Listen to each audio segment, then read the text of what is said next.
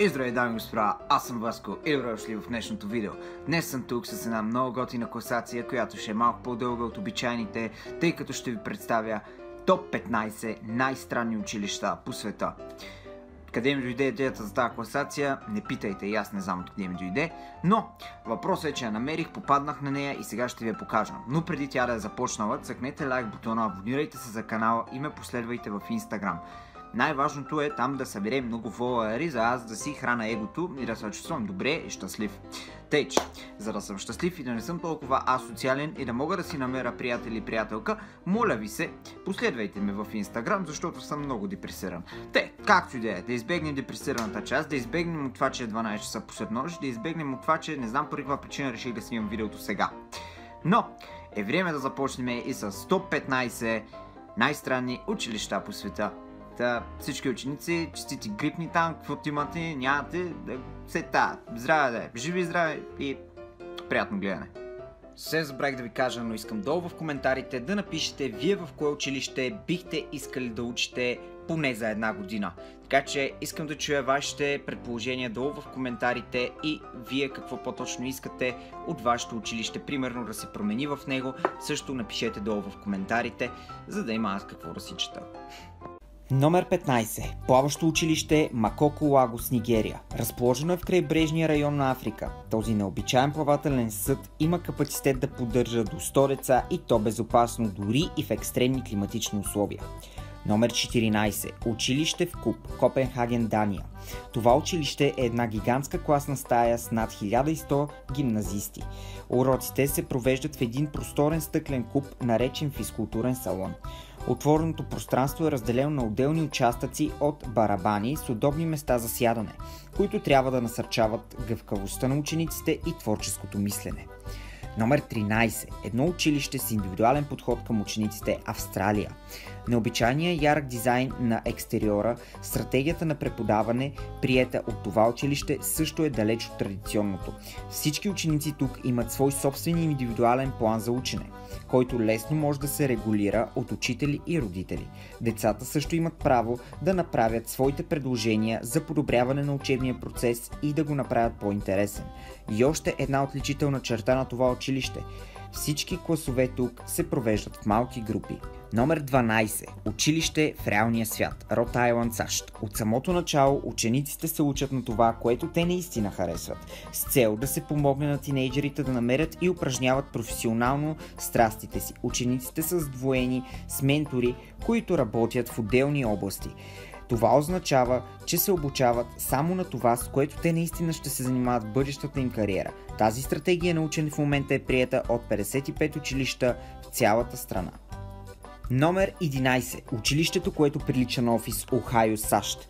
Това училище все още няма класни стаи. Вътре в главната зала има един огромен офис с 300 кабини.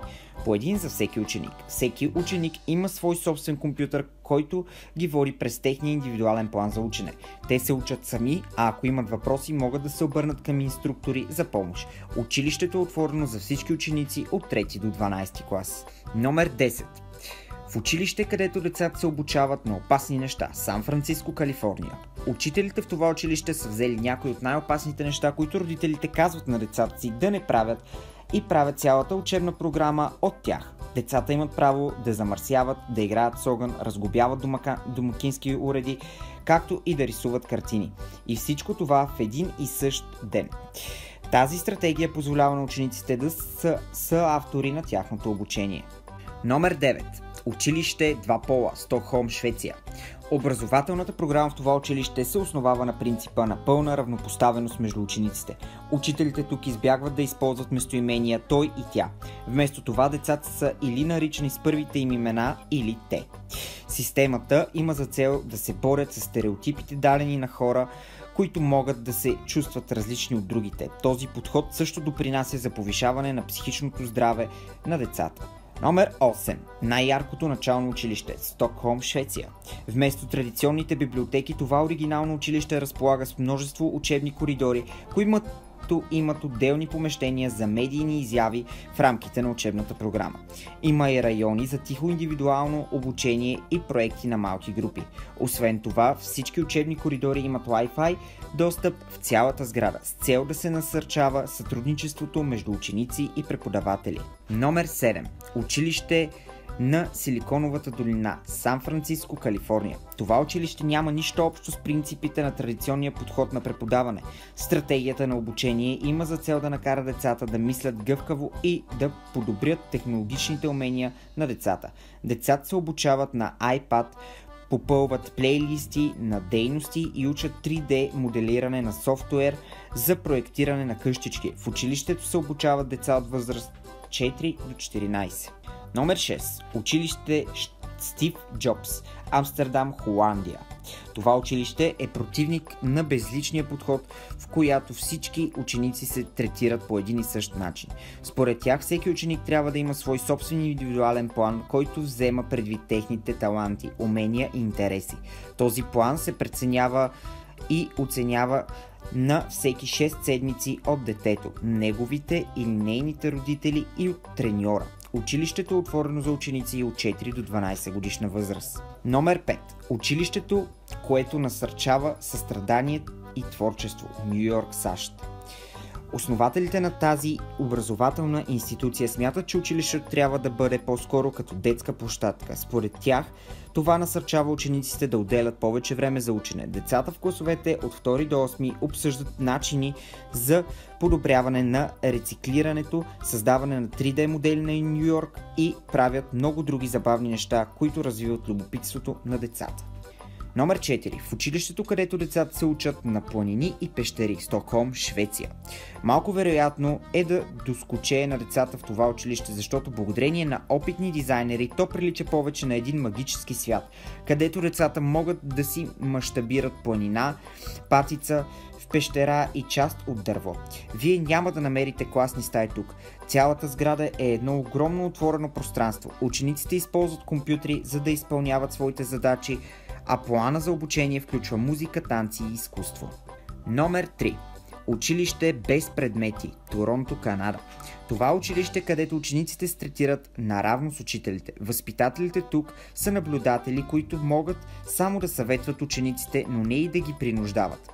Все още няма домашни задачи, оценки или строги графици. Учениците, независимо от тяхната възраст, присъстват само в класовете, които те харесват. Децата също са свободни да решават как да прекарат учебния ден и какво да правят. Номер 2. Най-екологичното училище в света, Франция. Изглежда, че всеки квадратен метър от това училище е бил използван за трева. Покривът на сградата и всички дворове са покрити с трева. Смята се, че стоенето в прашните класни стаи е вредно и учениците трябва да получават по-чист въздух, като прекарат толкова много време на открито, колкото е възможно. По време занятията се провеждат директно на тревните площи. Номер 1. В училище, където няма напрежение и стрес. Еспо, Финландия. По време на часовете на учениците им се дава свободата да седят там, където те искат и да си пишат със своите приятели. Те дори могат да станат от стола или да легнат на дивана, ако те са уморени. Атмосферата в класната стая е много позитивна и спокойна. Училището разполага с библиотека, фитнес зала, зала за събрания и клуб на младите хора. Грозната им мутра пак ви е на шибаните екрани и това е, защото свърши класацията. Затова благодаря ви за гледането. Не забравяйте да я харесате, да се абонирате, да цъкнете камбанката, да не изпускате още такива супер шити клипове от сорта на топ 5, защото аз нямам идеи за оригинален контент и съм бат изкапания ютубър и трябва да скочвам тук от терасата и да не ме намерите повече. Но, нека спра да се оплаквам. Цъкнете лайк бутона, камбанката, абонирането. Почвам да качвам все по-често и по-често и това е заради вашата подкрепа, заради тия 10 000, вече 10 000, близо 500 на абоната.